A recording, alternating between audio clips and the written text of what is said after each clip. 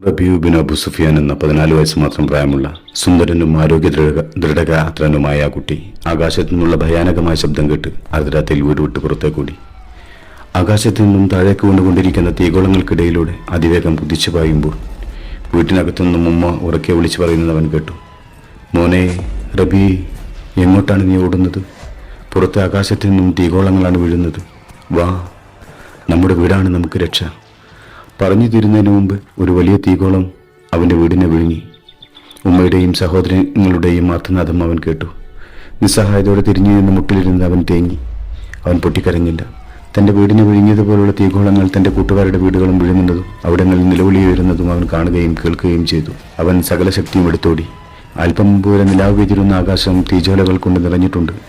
നിലാവ് ചിത്രം വരച്ചിരുന്ന പൂഴിമണലിൽ രക്തപുഴകൾ ഒഴുകുന്നുണ്ട്. ചിതറിക്കിടക്കുന്ന കെട്ടിടങ്ങളുടെ അവശിഷ്ടങ്ങൾക്കിടയിൽ നിന്നും ആരുടെയൊക്കെയോ കൈകളും കാലുകളും ചെറുതായി അനങ്ങുന്നത് നിഴലുപോലെ അവൻ കാണുന്നു. അപ്പൂപ്പൻ താടി പോലെ പാറിപ്പറക്കുന്ന കെട്ടിടാവശിഷ്ടങ്ങൾക്കിടയിലൂടെ ആളുകൾ കൂട്ടത്തോടെ പരക്കം പായുന്നു. അവൻ ഭയം നിറഞ്ഞ മനസ്സോടെ ചില്ലകളില്ലാത്ത കോൺക്രീറ്റ് കാടുകൾക്കിടയിലൂടെ മുന്നോട്ട് പാഞ്ഞു. ഓടുന്നതിനിടയിൽ ദയയില്ലാത്ത രാക്ഷസ സ്വരങ്ങൾ അവൻ കേട്ടു. ആരെയും വിടരുത്, ഒരു കുഞ്ഞു പോലും ഇനി ഈ മണ്ണിൽ പിറക്കരുത്, ഒരു കുഞ്ഞിന് ജന്മം നൽകാൻ ഒരു സ്ത്രീയും ഈ മണ്ണിലുണ്ടാവരുത്, ജനിച്ചവരാരും അടുത്തൊരു തലമുറയായി വളരരുത്. ഇത് ജൂതന്മാരുടെ മണ്ണാണ്, ഇവരെ ജൂതന്മാർ മാത്രം മതി. അവൻ തിരിഞ്ഞു നോക്കി. തീതുപ്പി ആക്രോശിച്ചു പായുന്ന ഭീകര സത്വങ്ങൾ മാത്രം ആകാശത്തിൽ. അഗ്നിയേറ്റ് ചില്ലകൾ കരിഞ്ഞൊരു മരത്തിന്റെ പിന്നിൽ അവൻ പതുങ്ങി. വാക്കുകൾ കീറിപ്പോയ പഴന്തുണികളുടെ ഒരു കുഞ്ഞുകെട്ടുമായി ഒരാൾ അവന്റെ അരികിലൂടെ പാഞ്ഞു പോകുന്നത് അവൻ കണ്ടു. അവൻ സൂക്ഷിച്ചു നോക്കി. പഴകിക്കീറിയ തുണിക്കെട്ടുകളുമായല്ല അയാൾ ഓടുന്നത്. കൈകാലുകൾ ചിതറിപ്പോയൊരു കുട്ടിയുടെ ശരീരവുമായാണ്. അവന്റെ ഉള്ളം പിടഞ്ഞു. എൻ്റെ റബ്ബേ, ആ കുഞ്ഞെന്ത് പിഴച്ചു! അവൻ മരച്ചുവട്ടിൽ നിന്നും എഴുന്നേറ്റോടി. ഇത്തിരി ദൂരം ചെന്നപ്പോൾ കാലുകൾ അറിയാതെ നിന്നു. തകർന്നുപോയ സ്വന്തം വീടിന്റെ ചുടുകട്ടക്കൂനയ്ക്ക് പിന്നിലായി ഒരുമ്മ തന്റെ 3 മക്കളെയും ചേർത്ത് പിടിച്ച് തേങ്ങുന്നുണ്ട്. ആകാശത്തിലൂടെ പറന്നു പോകുന്ന തീഗോളങ്ങളുടെ വെളിച്ചത്തിൽ അവരുടെ ശരീരത്തിലെ രക്തചാലുകളും പറ്റിപ്പിടിച്ച പിടിപടലങ്ങളും അവൻ കണ്ടു. കരയുമ്പോഴും അവരുടെ കൺകുഴികളിൽ കണ്ണീര് കണ്ടില്ല. ഭീതിയുടെ കണ്ണുകളാണെങ്കിലും പ്രതീക്ഷയുടെ തിളക്കമുണ്ട്. ഏതെങ്കിലും ഒരു രാവിൽ തങ്ങളുടെ രാജ്യത്തിന്റെ കൊടി വാനോളം ഉയരുമെന്ന പ്രത്യാശയുണ്ട്. റബീ ഇരുൾ തിരമാലകൾ മുറിച്ച് വീണ്ടും മുന്നോട്ടോടി. ആകാശത്തു നിന്നും പൂത്തിരി വർഷിക്കും പോലെ ബോംബുകൾ വീഴുന്നുണ്ട്. ചിലതെല്ലാം അവൻ ഓടിപ്പിന്നിട്ട വഴികളിൽ വീണു തകർക്കുന്നുണ്ട്. തിരിഞ്ഞു നോക്കി ഓടുന്നതിനിടയിൽ തകർന്നുപോയൊരു കെട്ടിടത്തിന്റെ കല്ലിൽ തട്ടി അവശിഷ്ടങ്ങളുടെ കുമ്പാരത്തിലേക്ക് അവൻ തെറിച്ചു വീണു. തകർന്നു കിടന്നൊരു തൂണിൽ തലയിടിച്ച് അവൻ ബോധരഹിതനായി. ബോധം മറഞ്ഞു പോകുന്നതിനിടയിൽ അവൻ തന്റെ പ്രിയപ്പെട്ട ഉമ്മയെ കണ്ടു. കൊച്ചനുജത്തിയുടെ പുഞ്ചിരിക്കുന്ന മുഖം കണ്ടു. തന്റെ കാക്ക ഒലിവുമരത്തിന്റെ ചില്ലകൾക്കിടയിലൂടെ തന്നെ ഒളിച്ചു നോക്കുന്നത് കണ്ടു. ബാപ്പ ഒരു തോൽസഞ്ചിയിൽ പഴവർഗ്ഗങ്ങളുമായി വീട്ടിലേക്ക് കയറി വരുന്നത് അവൻ കണ്ടു. അവസാനം ബോധം മറയുമ്പോൾ എല്ലാവരും അവന്റെ നേരെ അവരുടെ കൈകൾ നീട്ടുന്നതും ആ കൈകളിൽ എത്തിപ്പിടിക്കാൻ നോക്കി പരാജയപ്പെടുന്നതും അവൻ അറിഞ്ഞു.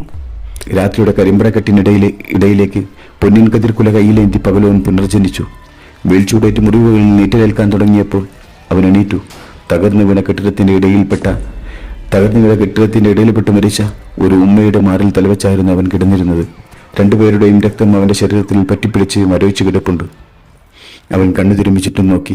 തെല്ലപ്പുറത്ത് തന്റെ പ്രായം തോന്നിക്കുന്ന ആരുടെയോ അറ്റുപോയ കാൽ നായ കടിച്ചു വലിക്കുന്നുണ്ട്. അവൻ നിർവികാരനായി. സ്ഥലകാല ബോധം നഷ്ടപ്പെട്ടു. അവൻ വെച്ച് നടക്കാൻ തുടങ്ങി. കുറച്ച് നടന്നപ്പോൾ ചെറിയ ആൾക്കൂട്ടം അവൻ അവിടേക്ക് ചെന്നു. മിഠായി പൊതികൾ നിരത്തി വെച്ച പോലെ നീണ്ട ഒരു ചാലിന്റെ അരികത്ത് ഒരുപാട് പിഞ്ചുകുട്ടികളുടെ ശരീരം കെട്ടിപ്പൊതിഞ്ഞു വെച്ചിട്ടുണ്ട്. ഇടയിൽ ചില വലിയ കെട്ടുകളും ബഹളങ്ങൾക്കിടയിൽ ആരുടെയൊക്കെയോ അടക്കിപ്പിടിച്ച തേങ്ങലുകൾ. അവൻ പിന്നെയും നടന്നു. അവിടെ കുറെ കുട്ടികൾ, കരിയിലും മണ്ണിലും രക്തത്തിലും കുളിച്ചവർ, ലോകത്തിന്റെ ശരിതെറ്റുകളോ നന്മതിന്മകളോ അറിയാത്തവർ. അവർ ഭയം കൊണ്ട് പൂക്കുല പോലെ വിറക്കുന്നുണ്ട്. ആരൊക്കെയോ സമാധാനിപ്പിക്കുമ്പോഴും അവരുടെ ചുണ്ടുകൾ വിതമ്പുന്നുണ്ട്. ചുറ്റുമുള്ളവരുടെ മുഖത്ത് നോക്കി അവർ വിതുമ്പി. എവിടെ എൻ്റെ ഉമ്മ, എവിടെ എൻ്റെ ഉപ്പ? ഉത്തരമില്ലാത്ത ചോദ്യങ്ങൾക്ക് നടുവിൽ അവർ പകച്ചു. അവർ തേങ്ങലോടെ പൈതങ്ങളെ മാറോട് ചേർത്തു. റബീ അവിടെ കണ്ടത് അനാഥമാക്കപ്പെട്ട കുറെ ബാല്യങ്ങളെയാണ്. അവർക്കിടയിൽ അവനെ തന്നെയാണ് പല പ്രാവശ്യം കണ്ടത്. റബീ വീണ്ടും മുന്നോട്ട് നടന്നു. തകർന്നുപോയ സ്വന്തം വീടിന്റെ മുറ്റത്ത് ചേതനയേറ്റ തന്റെ സഹോദരിയെ കെട്ടിപ്പിടിച്ച് കരയുന്ന ഒരു സഹോദരൻ. അവളുടെ കുഞ്ഞു കൈകളിലും കവിളിലും മാറി മാറി തുരുതുരെ ഉമ്മ വെച്ചുകൊണ്ട് ചോദിക്കുന്നു, നീ സ്വർഗത്തിലേക്ക് പോകുകയാണോ? പോയിക്കോളൂ, നീ തനിച്ചാവില്ല, ഉമ്മയും ഉപ്പയും ഉണ്ട് അവിടെ. അള്ളാഹു അനുഗ്രഹിച്ചാൽ നാളെ ഈ കാക്കയും നിന്റെ കൂടെ എത്തും. റബീന് ഒന്നും തോന്നിയില്ല. ഈ ചെറിയ ജീവിതത്തിൽ തന്നെ പലരിൽ നിന്നും പലപ്പോഴായി കേട്ടിട്ടുള്ള വാക്കുകൾ മുന്നിലേക്കുള്ള വഴികൾ നീണ്ടു പോവുകയാണ്. ഉണങ്ങിയ റൊട്ടിക്കഷ്ണങ്ങളും അഴുകിയ വെള്ളവും വല്ലപ്പോഴും കിട്ടിയാലായി. ലോകത്തിലെ ഏറ്റവും വലിയ ദുരന്തഭൂമിയായി ഗസ, നിലനിൽപ്പിന് വേണ്ടി പലായനം ചെയ്യുന്ന ആരും ആശ്രയമില്ലാത്ത ജനങ്ങൾ, പപ്പടവട്ടത്തിലുള്ള രാജ്യത്തിന്റെ ഒരു തലക്കിൽ നിന്ന് മറ്റേ തലക്കിലേക്ക് ഓടിപ്പോകുന്നവർ, അവിടെ നിന്ന് വീണ്ടും മറ്റൊരിടത്തേക്ക് അട്ടിപ്പായിക്കുന്നവർ, സ്വന്തം സഹോദരങ്ങളാണെന്ന് പറയുന്നവർ അയൽപ്പക്കങ്ങളിലുണ്ടെങ്കിലും ആരും അഭയാർത്ഥികളെ ഏറ്റെടുക്കുന്നില്ല. കൊല്ലാൻ ആയുധം നിൽക്കുന്ന രാജ്യങ്ങൾ തന്നെ സാധിപ്പിക്കുന്ന നാടകങ്ങൾ, കൂടെ ഉണ്ടാകുമെന്ന് സ്വപ്നം കണ്ടിരുന്ന സഹോദര രാജ്യങ്ങൾ ഭക്ഷണപ്പൊതികൾ എറിഞ്ഞുകൊടുക്കുകയല്ലാതെ അവർക്ക് വേണ്ടി മറ്റൊന്നും ചെയ്യാൻ തയ്യാറായില്ല. ആ ഭക്ഷണപ്പൊതികളും പലപ്പോഴും വേലിക്കെട്ടുകളിൽ ഉടക്കി നിന്നു. ഇതിനിടയിൽ ദുർബലരെങ്കിലും തങ്ങളുടെ കയ്യിലുള്ള കമ്പും കല്ലും തെറ്റാലിയും ഉപയോഗിച്ച് അക്രമികൾക്കെതിരെ യുദ്ധം ചെയ്യാൻ ഗസയോട് ഐക്യദാർഢ്യം പ്രഖ്യാപിച്ച് കുറച്ചുപേർ, അവരെ തച്ചൊതുക്കാൻ ഇരട്ടമുഖമുള്ള വൻശക്തികൾ മുന്നോട്ട് വന്നു. മാസങ്ങളുടെ യാത്രയിൽ റബിയ ഒരു സത്യം മനസ്സിലാക്കി. ഗസ മനുഷ്യരുടെ എന്ന പോലെ കോൺക്രീറ്റ് കാടുകളുടെയും ശവപ്പറമ്പായി മാറിയിരിക്കുന്നു. എങ്ങും അവശിഷ്ടങ്ങളുടെയും വിസർജ്യത്തിന്റെയും ദുർഗന്ധം, കരിഞ്ഞുണങ്ങിയ വൃക്ഷങ്ങളുടെയും കത്തിയമർന്ന വെടിക്കോപ്പുകളുടെയും ഗന്ധം, കണ്ണു തുറക്കാത്ത ലോകത്തിന് മുമ്പിൽ നിഷേധിക്കപ്പെട്ട സ്വാതന്ത്ര്യത്തിന്റെ അരണ്ട വെളിച്ചം, തച്ചുടക്കപ്പെട്ട ആശുപത്രി വരാന്തികളിൽ പാതി മരിച്ച ശരീരങ്ങൾ, അവയിൽ കൂടുതലും കുട്ടികളുടെയും സ്ത്രീകളുടെയും, മലിനമായ ജലാശയങ്ങളും കരിഞ്ഞുണങ്ങിയ കൃഷിഭൂമികളും കൂടുതൽ ദുരന്തം ക്ഷണിച്ചുകൊണ്ടിരിക്കുന്നു. ദിവസങ്ങളുടെ പട്ടിണിക്കൊടുവിൽ അല്പം ജീവൻ നിലനിർത്താൻ ഭക്ഷ്യയോഗ്യമല്ലാത്ത മൃഗങ്ങളെ അടുത്ത് പാകം ചെയ്യുന്ന ആളുകൾ, വിശപ്പടക്കാൻ പച്ചിലകൾ തേടിയാലിരുന്ന കുരുന്നുകൾ, നോമ്പ് തുറക്കാൻ ഒരു തുള്ളി വെള്ളമോ കാരക്കയോ കിട്ടാതെ പച്ചില കൊണ്ട് നോമ്പ് തുറന്നവർ. നീണ്ട നാളത്തെ അലച്ചിലിൽ റബിയ എല്ലും തൊലിയായി മാറിയിട്ടുണ്ട്. എന്നിട്ടും അവന് മുന്നോട്ട് തന്നെ നടന്നു. കുറച്ചുകൂടി മുന്നോട്ട് പോയപ്പോൾ തകർന്നു വീട് ഒരു വീടിന്റെ അരികിലായി കുറച്ച് കുട്ടികൾ കൈകളിൽ പേന കൊണ്ട് എന്തോ കുത്തിക്കുറിക്കുന്നത് അവൻ കണ്ടു. അവൻ അവരുടെ അടുത്തേക്ക് ചെന്നു. അവരോരോരുത്തരും തങ്ങളുടെ പേരുകളാണ് കൈകളിലും ശരീരത്തിന്റെ പല ഭാഗങ്ങളിലുമായി കുത്തിക്കുറിക്കുന്നതെന്ന് അവൻ മനസ്സിലാക്കി. അവൻ കൗതുകത്തും കൊണ്ട് ചോദിച്ചു, എന്തിനാണ് നിങ്ങൾ നിങ്ങളുടെ പേരിങ്ങനെ എഴുതി വെക്കുന്നത്? അവരിൽ അല്പം മുതിർന്നവൾ അവന്റെ നേരെ നോക്കി ചിരിച്ചു. എന്നിട്ട് പറഞ്ഞു, നാളെയോ മറ്റന്നാളോ ആയി ഞങ്ങൾ കൊല്ലപ്പെടും. ഒന്നുകിൽ ഞങ്ങളുടെ വീടുകൾ തകർന്നാവും, അല്ലെങ്കിൽ ഞങ്ങൾ മൈതാനത്ത് കളിക്കുമ്പോൾ ഞങ്ങളുടെ ദേഹത്ത് ബോംബ് വീണായിരിക്കും. രണ്ടായാലും ഞങ്ങളുടെ മുഖം വികൃതമായിരിക്കും. അപ്പോൾ ഞങ്ങളുടെ കുടുംബങ്ങൾക്ക് ഞങ്ങളെ തിരിച്ചറിയാനാണ് ഇത്.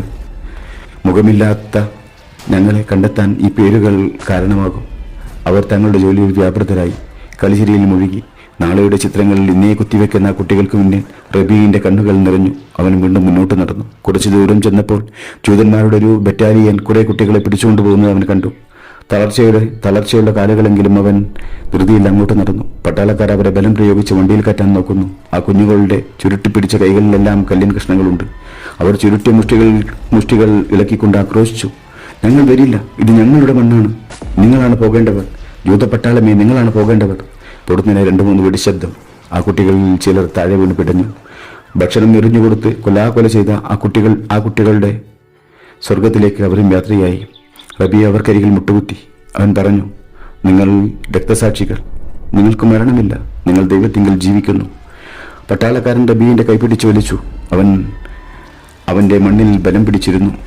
ദൈവമാണ് വലിയവനെന്ന് അവൻ ഉറക്കെ വിളിച്ചു പറഞ്ഞു. ക്ഷീണിതനെങ്കിലും അവന്റെ ശബ്ദം അയാളെ അലോസരപ്പെടുത്തി. അയാൾ അവനെ ശൂസിറ്റ കാലുകൊണ്ട് തൊഴിച്ചു.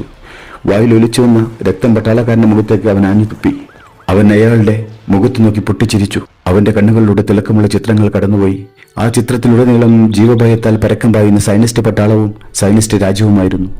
ഇന്ന് ഗസ പുകഞ്ഞു കത്തുന്ന പോലെ സൈനിസ്റ്റ് പട്ടാളവും സൈനിസ്റ്റ് രാജ്യവും ഇല്ലാതാവുന്ന ചിത്രം. അധിനിവേശ രാജ്യത്തിന്റെ കരിഞ്ഞ ചിറകുകൾ കണ്ട് അവൻ വീണ്ടും വീണ്ടും പൊട്ടിച്ചിരിച്ചു. പൊടുന്നനെ ഒരു വെടിവെച്ച് മുഴങ്ങി. റബീന്റെ നെറ്റി തുളച്ചുപോയ വെടിയുണ്ടയുടെ ശബ്ദം തകർന്നു കിടക്കുന്ന കെട്ടിടങ്ങളുടെ അവശിഷ്ടങ്ങളിൽ വീണു പിടഞ്ഞു. അവൻ അവസാന ശ്വാസം എടുക്കുമ്പോൾ അവന്റെ ബാപ്പയുടെയും ഉമ്മയുടെയും ഈ കാക്കയുടെയും അനുജത്തിയുടെയും കൈകൾ അവന്റെ നേരെ നീണ്ടുവന്നു. അവൻ ആ കൈകളിൽ മുറുകെ പിടിച്ചു. സ്വർഗത്തിന്റെ വാതിലുകൾ മലർക്കെ തുറക്കുന്ന ശബ്ദം. അല്ലാഹ്! അവന്റെ ദീർഘനിശ്വാസത്തിൽ തന്റെ പ്രിയപ്പെട്ട മണ്ണിൽ നിന്ന് എത്രയാണ് അവന്റെ ആത്മാവിലേക്ക് കയറിയതെന്ന് അവൻ അറിഞ്ഞില്ല. അവന്റെ നനുത്ത വിരലുകൾ ആ മണ്ണിനെ ഒന്നുകൂടി ഇറുകെ പിടിച്ചു.